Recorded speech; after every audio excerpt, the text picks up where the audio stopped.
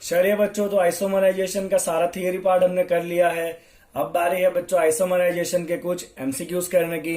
चलिए आपका knowledge check किया जाए, आप कितने एमसीक्यूज अच्छे से समझ सकते हो इसमें से। ओके, तो पहला एमसीक्यू है बच्चों आपका, which of the following compound will exhibit cis trans isomer. Okay, तो सिस ट्रांस आइसोमर के लिए आपको याद होगा ज्योमेट्रिकल में आता है डबल बॉन्डेड कंपाउंड होना चाहिए। ओके, और कार्बन के पास दो ग्रुप अलग अलग होने चाहिए। चलिए देखते हैं, सबके फॉर्मूला से स्ट्रक्चर बनाने पड़ेंगे हमें। चलिए पहला दिया है बच्चों आपको 2 ब्यूटीन। ब्यूट मतलब क्या है, 4 कार्बन, 1 2 3 4। 2 के ऊपर आपका इन है बच्चों। ओके, चलिए बाकी ग्रुप रखे तो यहाँ पे होगा आपका H। ये क्या है बच्चों आपका CH3। इसके पास एक होगा H और ये क्या है आपका CH3। चलिए मेरा आंसर तो पहले ही आ गया बच्चों, 2 ब्यूटीन में ही मेरा तो आंसर आ गया।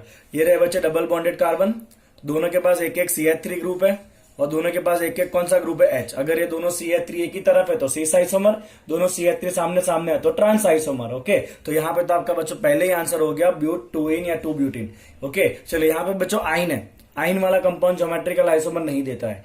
यहाँ पे क्या है, ब्यूटेनॉल। एल्डिहाइड में भी ये सिस ट्रांस आइसोमर नहीं होता है। और ये बच्चों एल्कोहल, एल्कोहल में भी नहीं होता है। तो यहाँ पे एक ही आंसर पॉसिबल है, ब्यूट 2 इन। ओके, पहले एक दो एमसीक्यू सिंपल सिंपल करने और फिर आएंगे पीछे भारी भारी एमसीक्यू भी, है ना।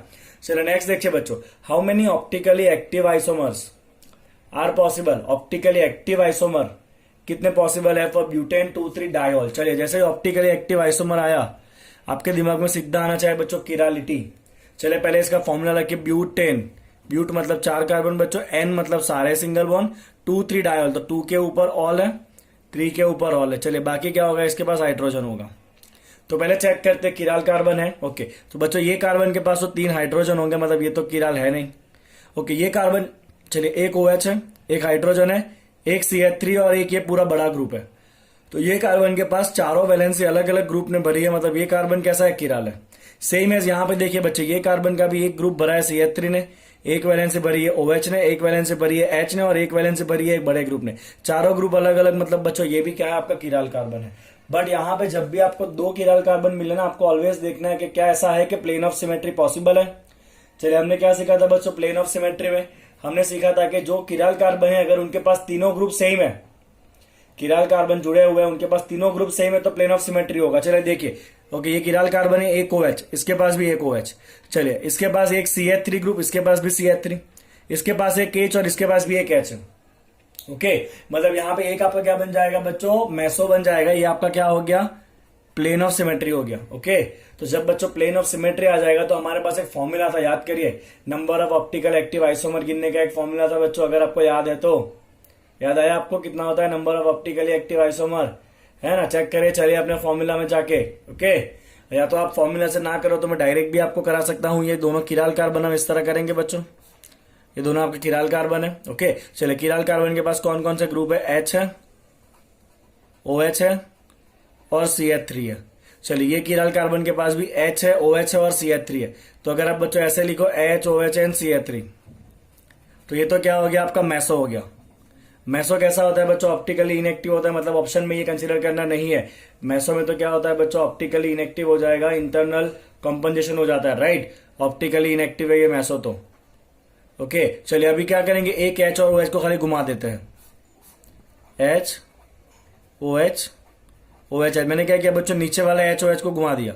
तो अब यहाँ पे प्लेन ऑफ सिमेट्री नहीं है, मतलब यहाँ पे ये कंपाउंड कैसा है, ऑप्टिकली एक्टिव है। कैसा है बच्चों, ये कंपाउंड ऑप्टिकली एक्टिव है। ओके, तो इसका मिरर इमेज भी तो बनेगा, यस और no, H OH H OH। चलिए यहाँ भी कोई प्लेन ऑफ सिमेट्री नहीं, मतलब ये भी कैसा होगा बच्चों आपका, ये भी आपका ऑप्टिकली एक्टिव कंपाउंड होगा। तो यहाँ पे बच्चों आपके ऑप्टिकली एक्टिव कंपाउंड कितने बनने हैं, 2 बनने हैं। और ये कैसा होगा, ऑप्टिकली इनएक्टिव होगा, that is meso. Total isomer कितने बनेंगे, 3 बनेंगे, उसमें 2 ऑप्टिकली एक्टिव है, एक कैसा है, ऑप्टिकली इनएक्टिव है। हमें क्या पूछा है, कितने ऑप्टिकली एक्टिव आइसोमर पॉसिबल है, तो मैं 2 पे टिक कर दूंगा इसमें। आप डायरेक्ट फॉर्मूला से भी जा सकते हो बच्चों, जो हमने थियरी पार्ट में किया था, वहां से भी आपको आंसर मिल सकता है। ओके, चलिए अब तीसरा एमसीक्यू देखते हैं। चलिए तो तीसरा एमसीक्यू है बच्चों आपका, which of the following will exhibit geometrical isomerism. चलिए जियोमेट्रिकल मतलब वापस सिस ट्रांस, कौन एग्जिबिट कर सकता है सिस ट्रांस। ओके, चलिए कोई बात नहीं, ऑप्शन ए देखते हैं पहले। ऑप्शन ए में बच्चों आपका ब्यूट, ब्यूट मतलब कितने कार्बन, 4 कार्बन। ओके, 2 के ऊपर इन है, आ गया इन। चलिए और 1 के ऊपर क्या है, फिनाइल है, सपोज इसको हम 1 ले रहे हैं, इसके पास क्या है बच्चों, फिनाइल रिंग है, ठीक है। तो बाकी क्या होगा बच्चों, इसके पास हाइड्रोजन होगा, फाइन। इसके सॉरी हाँ सही है ना। इसके पास भी क्या होगा बच्चों, हाइड्रोजन होगा, वैलेंसी फुलफिल करिए। ओके, तो इस तरह से हो जाएगा और ये क्या हो जाएगा आपका CH3 हो जाएगा। ओके, तो अभी मुझे पहले ऑप्शन में क्या दिख रहा है बच्चों के जो डबल बॉन्डेड कार्बन है, क्या है बच्चों, डबल बॉन्डेड कार्बन, उनके पास एक ग्रुप सेम है, दोनों के पास एक एक हाइड्रोजन है। ओके, और दूसरा एक बड़ा सा ग्रुप है, इसके पास CH2 के साथ बेंजीनिंग और इसके पास एक CH3 है। अभी जल्दबाजी नहीं करनी, बाकी ऑप्शन चेक करते हैं। ऑप्शन बी देखिए बच्चों, ऑप्शन बी में आपका ब्यूट 1 2 3 4 और 1 के ऊपर इन है। ओके, और फिनाइल कहां पर है, 3rd के ऊपर है।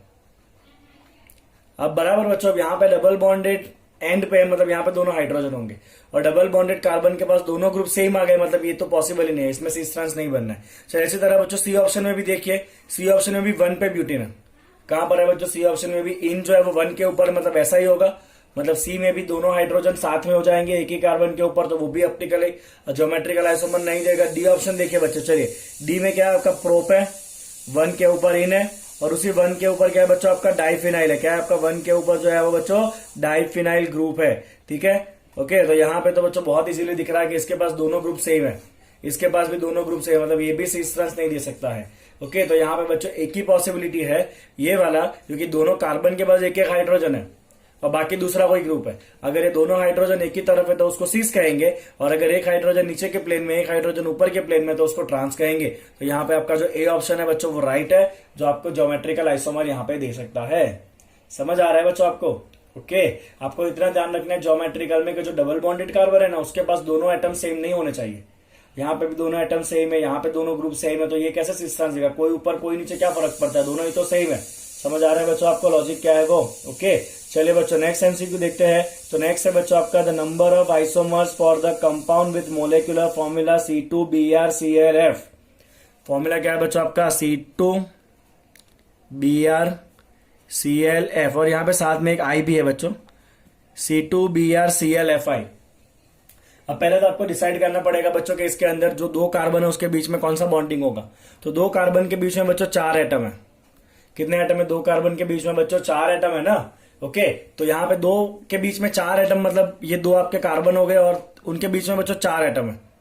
ओके, मतलब ऑब्वियसली उनके बीच में क्या होगा, डबल बॉन्ड होगा। चलिए अब यहाँ पे बच्चों सपोज ब्रोमीन रखा, यहाँ पे क्लोरीन रखा, यहाँ पे फ्लोरीन रखा, यहाँ पे आयोडीन रखा। अब आपका बच्चों याद होना चाहिए ऐसा अल्केन जिसके 4 ग्रुप अलग अलग है। हमने एक सिस्टम ऑफ नोमेनक्लेचर पढ़ा था, अगर आपको याद हो तो। EZ आइसोमर याद आया आपको? EZ आइसोमर याद आया बच्चों आपको? तो यहाँ पे क्योंकि अल्केन के पास चारों के चारों ग्रुप बच्चों अलग अलग है, ओके, मतलब यहाँ पे आपका जो हर एक कंपाउंड जो है वो EZ आइसोमर देगा। तो यहाँ पे बच्चों आपका क्या मिलना है, EZ आइसोमर मिलेगा, मतलब 2 आइसोमर तो यहाँ पे मिल गए आपके। अब हम क्या करेंगे बच्चों, Br को अपनी जगह रखते हैं, बाकी जगह चेंज करते हैं। Br को अपनी जगह रखे, सपोज Br के साथ Cl नहीं है, I है, तो बच्चों सामने क्या होगा, ऑब्वियसली ClNF होगा। तो यहाँ पे भी आपका EZ बनना है बच्चों। ओके, तो 2 आइसोमर यहाँ बने। या फिर आप मान लीजिए बच्चों के Br के साथ जो है ना, कौन बच गया, Br के साथ Cl आ गया, Br के साथ I आ गया, Br के साथ F है, और यहाँ पर है ClNI। तो यहाँ पे बच्चों आपका EZ बनेगा, मतलब यहाँ पे और 2 आइसोमर बने। तो यहाँ पे आपको टोटल कितना आइसोमर मिलेंगे बच्चों, ज्योमेट्रिकल में 6 आइसोमर मिलेंगे। तो आपका आंसर कितना आना है, यहाँ पे 6 आने वाला है। ओके, तो जब अल्केन के पास दोनों चारों ग्रुप अलग अलग हो ना, तो EZ आइसोमर्स बनता है। आपको ध्यान रखना है ये बात, हमने सीखा था EZ कैसे डिसाइड करना है, राइट। दोनों का अगर 1 वाला ग्रुप एक ही तरफ है तो Z आइसोमर, दोनों का 1 वाला ग्रुप सामने सामने है तो E आइसोमर, राइट। नाम याद करिए, अपने ने किस तरह से 1 to नंबरिंग देना है वो सीखा था। ओके, चलिए बच्चों नेक्स्ट क्वेश्चन क्या कहता है, लेट्स सी। चलिए नेक्स्ट है बच्चों आपका which of the following exhibit stereomers. Stereomer का मतलब क्या है बच्चों, स्टीरियोमर का मतलब है ऑप्टिकली एक्टिव आइसोमर। क्या मतलब होता है बच्चों स्टीरियोमर का? ऑप्टिकली एक्टिव आइसोमर, मतलब किराल कार्बन होना चाहिए। चलिए चेक करते हैं इनमें से कौन ऐसा है जिसके पास किराल कार्बन है, मतलब ऐसा कार्बन जिसकी चारों वैलेंसी अलग अलग है और प्लेन ऑफ सिमेट्री नहीं है। Let's see that. चलिए बच्चों पहला देखते हैं। तो पहले में आपके पास क्या दिया है बच्चों, ब्यूट 1 इन दिया है। ऑप्शन ए की बात करते हैं। चलिए ब्यूट मतलब 1 2 3 4, 1 पे इन है और 2 के ऊपर क्या है बच्चों, मिथाइल है। क्या 2 के ऊपर आपका मिथाइल है? चलिए बच्चों बताइए। तो सबसे पहली बात, डबल बॉन्डेड कार्बन कभी भी किराल नहीं होता है। तो ना ये कार्बन किराल है ना ये कार्बन किराल है, क्योंकि दोनों डबल बॉन्डेड है। ओके, इसके पास तो दोनों ग्रुप हाइड्रोजन होंगे अभी, मतलब ये भी किराल नहीं है, और इसके पास तो 3 हाइड्रोजन होंगे। सारे वैलेंसी कहाँ अलग होने, मतलब यहाँ पे एक भी किराल कार्बन नहीं है, मतलब ये स्टीरियो आइसोमर नहीं दिखा सकता है। चलिए उसी तरह ऑप्शन बी देखते हैं बच्चों। ब्यूट 1 के ऊपर आइन है, 3 के ऊपर मिथाइल है। ठीक है। 3 के ऊपर क्या है बच्चों आपका मिथाइल है। देखते हैं, चले ध्यान से देखिएगा। ओके, तो ट्रिपल बॉन्डेड कार्बन भी कभी भी आपका किराल कार्बन नहीं हो सकता है, बिकॉज उसकी तीनों वैलेंसी एक ही ग्रुप ने भरा है कार्बन ने। चलिए अब इसकी बात करते हैं बच्चों। क्या ये कार्बन किराल है? तो ये कार्बन के पास एक हाइड्रोजन होगा, ये एंड पे मतलब क्या है बच्चों CH3 है। तो ये कार्बन के पास एक आपका ट्रिपल बॉन्डेड ग्रुप है। ओके, एक हाइड्रोजन है बट इसके पास दोनों CH3 है, दो ग्रुप सेम हो गए, मतलब ये भी किराल नहीं है। और इसमें तो ऑब्वियसली दिख रहा है 3 हाइड्रोजन है, मतलब ये भी किराल नहीं है। इसके पास भी 3 हाइड्रोजन, ये भी किराल नहीं है। तो ये भी ऑप्टिकली इनएक्टिव है, मतलब स्टीरियो आइसोमर इसका नहीं हो सकता है। सी ऑप्शन देखते हैं बच्चों। चलिए butanoic acid, butane oic acid मतलब चौथा COOH, और 3 के ऊपर क्या है बच्चों मिथाइल है, 3 के ऊपर मिथाइल। वापस वैसा ही सेम केस है। चलिए COOH कभी वो कार्बन किराल नहीं हो सकता है। चलिए ये कार्बन की बात करते हैं। क्या ये कार्बन किराल है? तो इस कार्बन की वैलेंसी भरी है बच्चों, तो 2 हाइड्रोजन आ जाएंगे साथ में, मतलब ये भी किराल नहीं है। चलिए ये कार्बन के पास 2 CH3 ग्रुप हो गए, ये भी किराल नहीं है। ये तो एंड में है तो CH3 होगा, नो किराल। ये भी एंड में CH3, ये भी किराल नहीं है। तो बच्चा तो एक ही ऑप्शन है, डी इज राइट आंसर। कैसे डी आया बच्चों देख लेते हैं। चलिए तो डी में क्या है बच्चों आपका ब्यूटेनोइक एसिड, 1 2 3 4 ओइक एसिड मतलब COOH, और 2 के ऊपर क्या है बच्चों आपका मिथाइल है। क्या है? 2 के ऊपर मिथाइल है। चलिए ये क्या होगा आपका कार्बन हाइड्रोजन होगा। अब आप ध्यान से देखिए बच्चों, ये कार्बन को ये किराल है क्योंकि इसका एक COOH ग्रुप है, एक मिथाइल ग्रुप है, राइट। एक तरफ 2 कार्बन वाला इथाइल ग्रुप है और एक तरफ हाइड्रोजन है, मतलब इसकी चारों वैलेंसी अलग अलग है। ये कार्बन किराल है, मतलब जो चौथा ऑप्शन है उसमें आपको स्टीरियो आइसोमर्स देखने मिल सकता है, लेवेंडेक्स्ट्रो। समझ आ रहा है? तो जब भी स्टीरियो आइसोमर पूछा है तो आपको ये देखना है कि चारों कार्बन, जो कार्बन है उसकी चारों वैलेंसी जो है वो कहां पे अलग अलग हो रही है, वो आपका आंसर होगा। समझ आ रहा है आपको? चलिए बच्चों नेक्स्ट देख लेते हैं फटाफट। क्या कहा है? The maximum number of isomer including stereo isomers that are possible on monochlorination of the following compound. क्या करना है बच्चों? हमें इसका मोनोक्लोरिनेशन करना है। मोनोक्लोरिनेशन का मतलब क्या है बच्चों कि हम क्या करेंगे, हाइड्रोजन को निकाल के क्लोरीन लाएंगे। ओके, और फिर चेक करेंगे कि उससे कितना आइसोमर बन रहे हैं। तो कंपाउंड आपका ये रहा बच्चों, देखिएगा बहुत ही ध्यान से। तो ये बच्चों आपका कंपाउंड देखो, जिस तरफ से CH2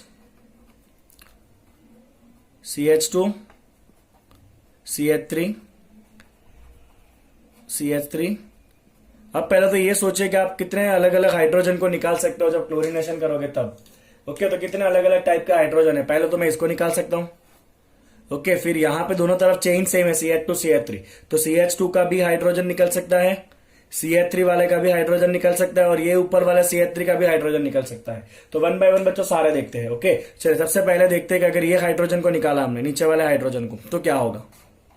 अगर ये हाइड्रोजन को बच्चों आप निकाल रहे हो तो क्या हो रहा है देखते हैं। तो ये तो कुछ हुआ ही नहीं यहाँ पे। अब बच्चों मैं यहाँ पे ना हाइड्रोजन, चलिए अभी तो लिख ही देता हूँ, अब इसके बाद जब लिखूंगा तो हाइड्रोजन नहीं लिखूंगा।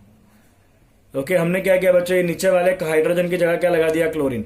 अब यहाँ पे पूछा है कि ऑप्टिकल आइसोमर भी देखना है, तो चेक करें कोई कार्बन किराल है बच्चों। कोई कार्बन यहाँ पे किराल नहीं है, बिकॉज ये जो बीच वाला, बाकी सबके पास तो 2 हाइड्रोजन है तो वो तो किराल है ही नहीं। और जो बीच वाला कार्बन भी है ना बच्चों, उसके पास 2 ग्रुप सेम है, यहाँ भी इथाइल है, यहाँ भी इथाइल है, मतलब इसका ऑप्टिकल आइसोमर नहीं है, मतलब ये अकेला एक आइसोमर है खाली, ऑप्टिकल नहीं है इसका कोई भी। ठीक है, अब बच्चों क्या करते हैं, अब यहाँ ये हाइड्रोजन को निकालते हैं, ये वाले हाइड्रोजन को। ओके, और फिर देखते हैं क्या हो रहा है वो। चलिए CH3 CH2 CH3। चलिए यहाँ पे हमने हाइड्रोजन को निकाला, तो ये क्या हो जाएगा बच्चों आपका CH2Cl। हमने हाइड्रोजन को, सॉरी CHCl, एक हाइड्रोजन को निकाल के वहां पे Cl ला दिया, और साथ में क्या है यहाँ पे बच्चों CH3 है। क्या है साथ में आपका CH3 है। चलिए बहुत ध्यान से देखिएगा, पहले चेक करिए इसमें किराल कार्बन है, यहाँ पे ऑब्वियसली बच्चों किराल कार्बन है। ओके, क्योंकि ये किराल नहीं है बिकॉज 3 हाइड्रोजन है, ये भी किराल नहीं है, 2 हाइड्रोजन है। ओके, अब ये कार्बन आपका किराल हो गया क्योंकि इसके पास, ओके, ये हाइड्रोजन एज इट इज, इसको तो निकाला ही नहीं है। तो इस कार्बन के पास बच्चों एक CH3 ग्रुप है, एक हाइड्रोजन है, एक वैलेंसी ये ग्रुप ने भरी और एक वैलेंसी ये ग्रुप ने भरी है जहां पे क्लोरीन भी है। मतलब ये ग्रुप और ये ग्रुप अब अलग हो गया बिकॉज यहाँ पे क्लोरीन आ गया। मतलब ये कार्बन कैसा है बच्चों, किराल है। कैसा, ये कार्बन आपका किराल है। ओके बच्चों, अब ये देखिए ध्यान से, ये कार्बन भी आपका किराल है। कैसे, बिकॉज ये कार्बन का एक वैलेंसी क्लोरीन ने भरा है, ये कार्बन का एक वैलेंसी CH3 ने भरा है, ये कार्बन का एक वैलेंसी ये बहुत बड़े ग्रुप ने भरा है, और एक वैलेंसी में हाइड्रोजन है, मतलब यहाँ भी चारों वैलेंसी अलग अलग है। तो ये भी बच्चों आपका किराल है। कैसा है बच्चों, ये कार्बन भी आपका किराल है। ओके, तो यहाँ पे बच्चों अगर आपका ये किराल कार्बन है, ओके, मतलब यहाँ पे आपको क्या मिलना है बच्चों, ऑप्टिकली एक्टिव आइसोमर मिलेगा। और जब बच्चों 2 किराल कार्बन होता है, और यहाँ पे देखिए कोई प्लेन ऑफ सिमेट्री नहीं होने वाला है, बिकॉज इसके पास 3 ग्रुप अलग अलग है और इसके पास अपने 3 ग्रुप अलग अलग है। मतलब ऑप्टिकल एक्टिविटी तो है बट यहाँ पे आपका कोई प्लेन ऑफ सिमेट्री नहीं है। प्लेन ऑफ सिमेट्री नहीं होता है, मतलब इसका कितना ऑप्टिकल एक्टिव आइसोमर बनेगा बच्चों, 2n। कितने किराल कार्बन है? 2 किराल कार्बन है, मतलब 2:2। मतलब इसके कितने आइसोमर बनेंगे बच्चों? 4 आइसोमर बनेंगे। ऑप्टिकल गिनेंगे तो 4 बनेंगे। ओके, तो हमने ये हाइड्रोजन निकाला, 1 बना, ये हाइड्रोजन निकाला तो 4 आइसोमर बने। अब ये हाइड्रोजन को निकालते हैं एंड वाले को, तो क्या बनता है देखते हैं बच्चों। चलिए CH3 C CH2 CH3। अब CH3 में से एक हाइड्रोजन को सब्स्टिट्यूट करना है और वहां पे Cl ला देना है, तो क्या हो जाएगा बच्चों? ये आपका CH2Cl होगा, ऑब्वियसली होगा। चलिए ये है आपका बच्चों CH2CH3। चलिए ये तो कोई किराल नहीं है। ओके, ये कार्बन किराल हो जाएगा। कैसे किराल हो जाएगा? आप देखिए आप, तो एक वैलेंसी है हाइड्रोजन जो ऑलरेडी है, एक वैलेंसी है आपका CH2CH3, एक वैलेंसी है CH3 और एक वैलेंसी में ये ग्रुप है, उसके पास क्लोरीन है, ये बाजू क्लोरीन नहीं है, मतलब ये पूरा ग्रुप अब अलग हो गया। तो एक किराल कार्बन है। ओके, अब ये किराल नहीं रहेगा बिकॉज 2 हाइड्रोजन है, ये भी किराल नहीं रहेगा बिकॉज उसके पास भी 2 हाइड्रोजन है जो सेम ग्रुप है। तो यहाँ पे एक ही किराल कार्बन है बच्चों, एक किराल कार्बन, तो आइसोमर कितना होगा? 2 पावर 1, मतलब यहाँ पे और आपके 2 बने। चलिए, और ऐसा कोई हाइड्रोजन है जो निकालना बाकी है? यस, ये ऊपर वाला हाइड्रोजन अभी निकालना बाकी है। तो अगर उसको निकालेंगे तो क्या होगा देखते हैं। तो ऊपर हो जाएगा बच्चों आपका CH2Cl, ये CH एज इट इज, यहाँ पे है आपका CH2CH3 और यहाँ पे भी क्या है बच्चों आपका CH2CH3 है। चलिए चेक करेगा कोई किराल कार्बन है। मैंने ऊपर के एक हाइड्रोजन को निकाल के क्लोरीन रखा, किराल कार्बन है।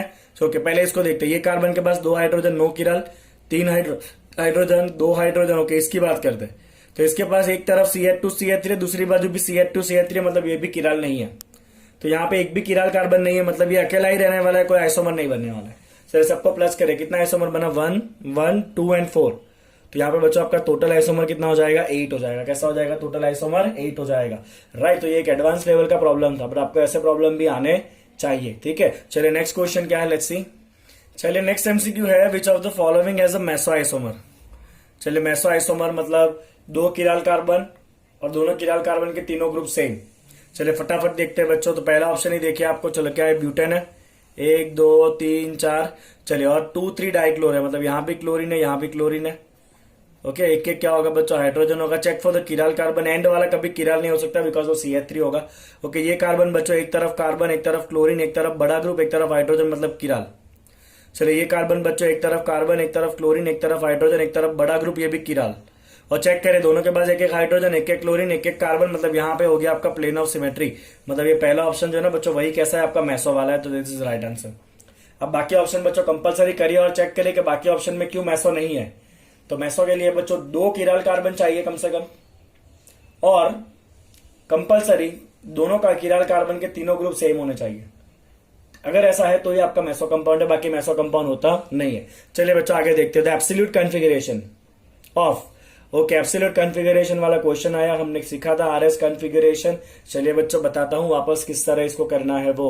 तो पहले तो बच्चों ये 3D में है, मैंने आपको सिखाया है कि 3D में कभी अपने को काम करना नहीं है, हमें कंपलसरी 3D में से किस में कन्वर्ट करना पड़ेगा? इसको 2D में कन्वर्ट करना पड़ेगा, और 2D में कन्वर्ट होगा उसके बाद ही हम काम कर सकते हैं आगे। तो चलिए बच्चों सिखा देता हूं आपको वापस 3D में से इसको 2D में कन्वर्ट कैसे करना है हमें। तो हम क्या करेंगे, 3D में से 2D में जाने के लिए पहले ऐसे लाइन बनाएंगे।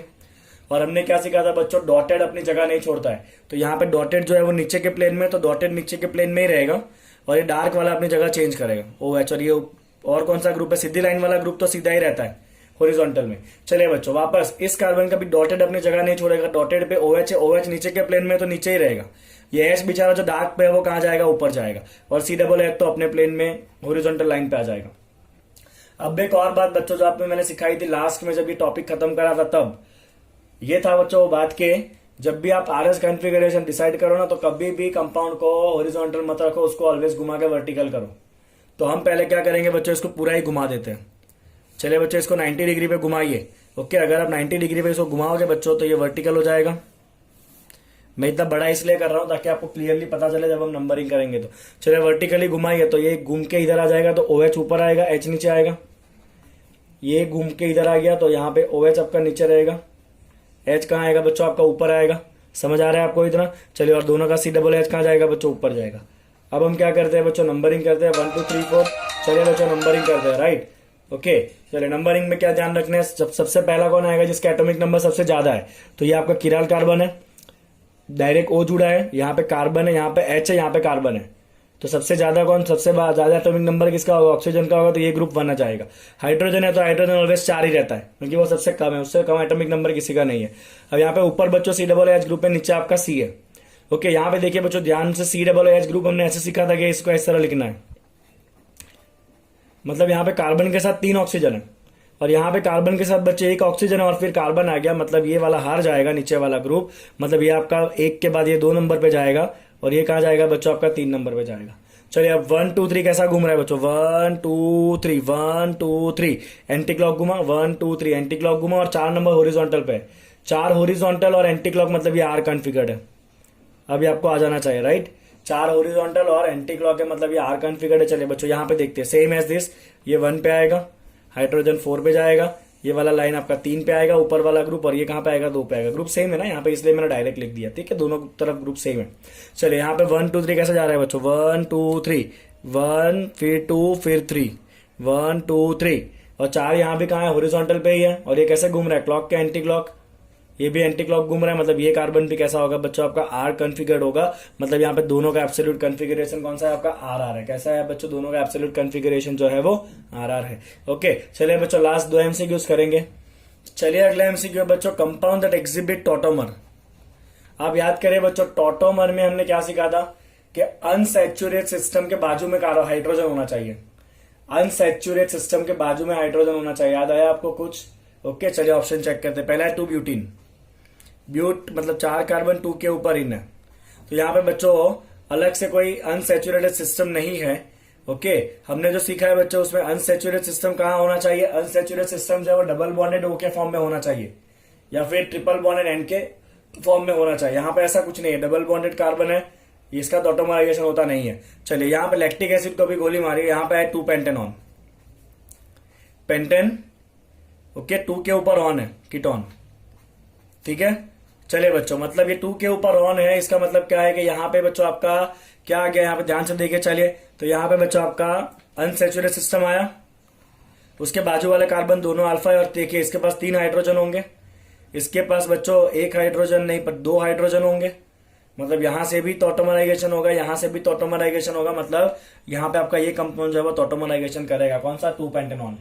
फिनॉल अगर आप देखोगे बच्चों तो बेंजीन रिंग होता है और उसके ऊपर होता है OH, मतलब हमें जो रिक्वायरमेंट है C डबल बॉन्ड O वाला ग्रुप ही नहीं है यहाँ पे, तो इसका भी तो ऑटोमराइजेशन होगा नहीं। Is that clear? चलिए बच्चों लास्ट एमसीक्यू क्या है, देखिए the total number of cyclic isomer possible for the compound with formula C4H6।